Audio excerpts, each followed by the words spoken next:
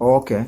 But it's a devoted quality of divine liberty Saying. that we have to live to please the Almighty and humble speed. So I and I change then from ungodliness unto righteousness Okay. and living a Christian life.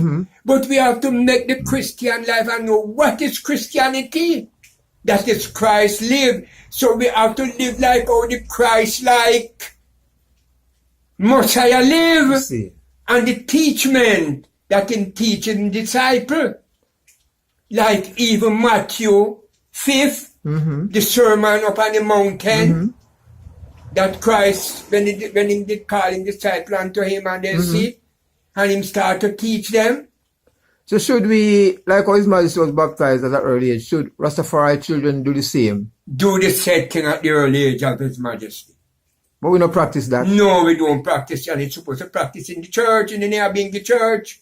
But now you don't want to deal with that. No, because why no? Nyabingi just look upon, I don't look upon church, Nyabingi, that's a well enough Nyabingi man, so he's warrior. Oh. While Haile Selassie, when our Divine Majesty Emperor Haile Selassie, when Planner and Fillmore and Bongo and Brother Dougie tried Ethiopia, I learned that His Majesty asked Planner, said, who him is? Yes. And Planner said, him is a warrior. Okay. I learned that His Majesty said Ethiopia don't need no warrior now, because Ethiopia is not fighting no war now. Okay.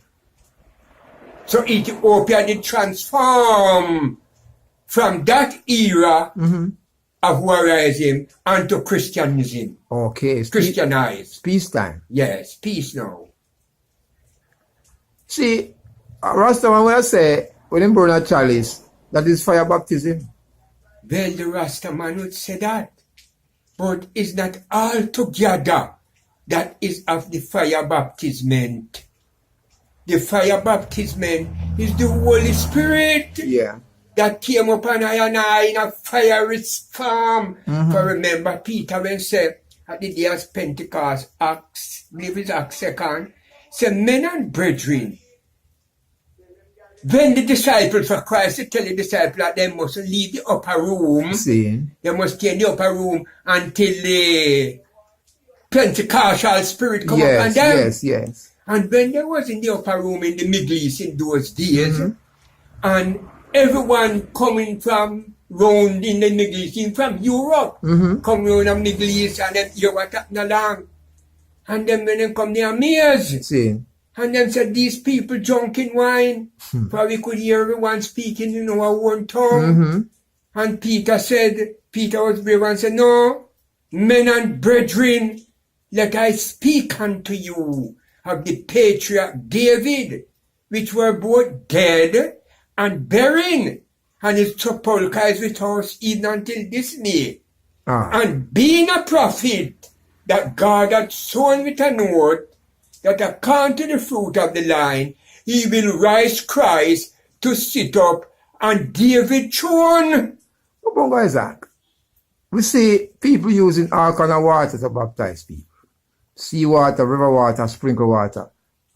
Baptism water, no special water. Yes, it is a special water. So how the priest determine which water is you can use to baptize people? Well, according to my knowledge, even where it reach now in Ethiopia, and some of you have seen then the Western Hemisphere churches, them then, call it that way, they build a pool in their churchyard, and they take that fresh water from the churchyard then and baptize their member.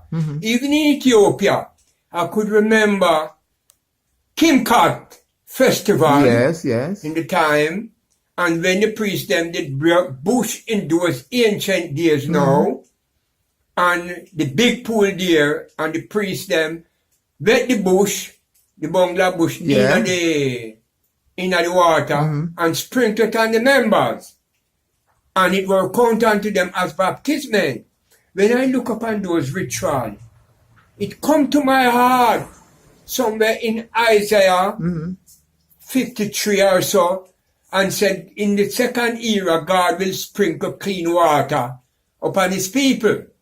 So, Out at the word Kimkat in Kimkat here in Ethiopia, it means baptismen. The word Kimkat means baptismen festival. So therefore, if the priest is not trained, anybody can baptize anybody? No, the priest have to be a trained person. Trained in what way? Him trained in the divine fear of the Almighty. How do you want to take baptismen and the symbolization of baptismen? Anyone can just get up and say, Mr. Priest. So okay. you have to study of the originality of Ethiopia preceptical order where it is coming from. Okay. Not in the Eurocentric Christianity, but Ethiopia Christianity, where it is coming from. Seeing. You know? And move on in that great manner. For as it is said, Ethiopia stretched forth his hand unto God, and prince and princess shall come out of Egypt. His Majesty said, is when Philip baptized the Ethiopian eunuch, that propheticness of prophecy fulfilled. The Ethiopia now stretching unto the Almighty in the second era. So what name would one be baptized in at this time as Rastafari? Well, good question.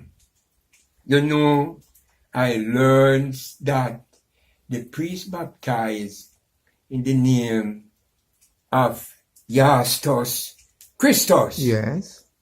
And I learned that Yastos Christos is an Ethiopian American name. That is to say, Jesus the Christ. Yes. And when I look in it and said, why they were baptized in the name of Haile Selassie? But even then they I baptized, so what name? When? Give me an example of your baptism. Yes. What the procedure? You know. You can't remember. The procedure that I go through. The brethren use frankincense and myrrh. I taught into the water. And you never go into a river. You did have a basin. See, mix up with these things. And him rub my head. Okay. You know? And him use the name Yastos Christos. Okay. Baptize me in the name of Yastos Christos. That means Jesus the Christ. See. Why would that one would accept the Christian when they were baptized me then in the name Haile Selassie Rastafari mean that and mean that. See. We accept His Majesty as the returned Messiah. See? So when they were baptized me in that. But when I look up it in myself, as it's well, in Ethiopia, yes, His Majesty Emperor Haile Selassie, the church don't accept the divinity of Haile Selassie as Christ's return is on I and I. See.